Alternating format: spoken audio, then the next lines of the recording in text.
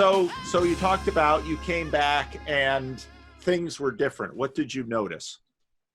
My gosh, people were mean. I was just like, why is everyone being so angry and so mean? I remember it must have been 2016, when President Trump was, when he won the votes.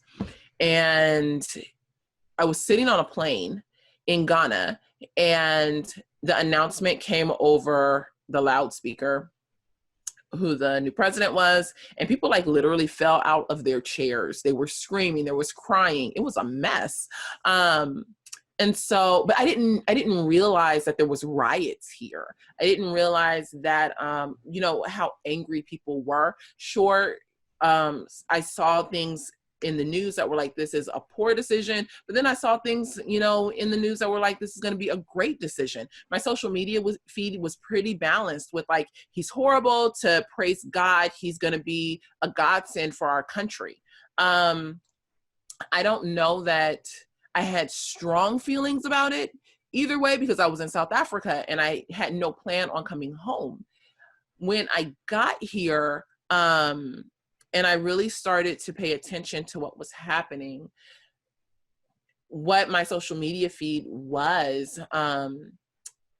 like, I feel like and maybe I just wasn't paying attention in South Africa, but it really became a thing of people just saying whatever. Like they didn't care if they hurt people's feelings. The ideas of like my truth.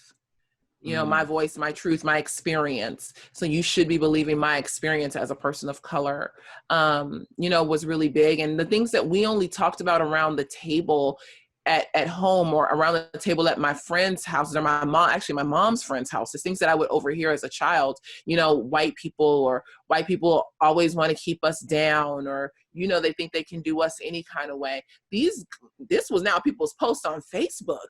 It wasn't like a sidebar conversation. And so,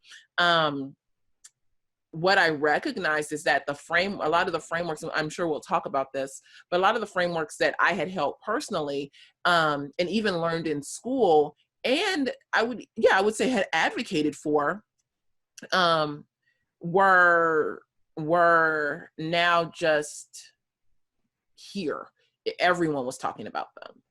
And so I think that, to me, that was the biggest change. The biggest change was just the anger, the words that were being spit out to people from behind people's computer screens that were doing so much damage.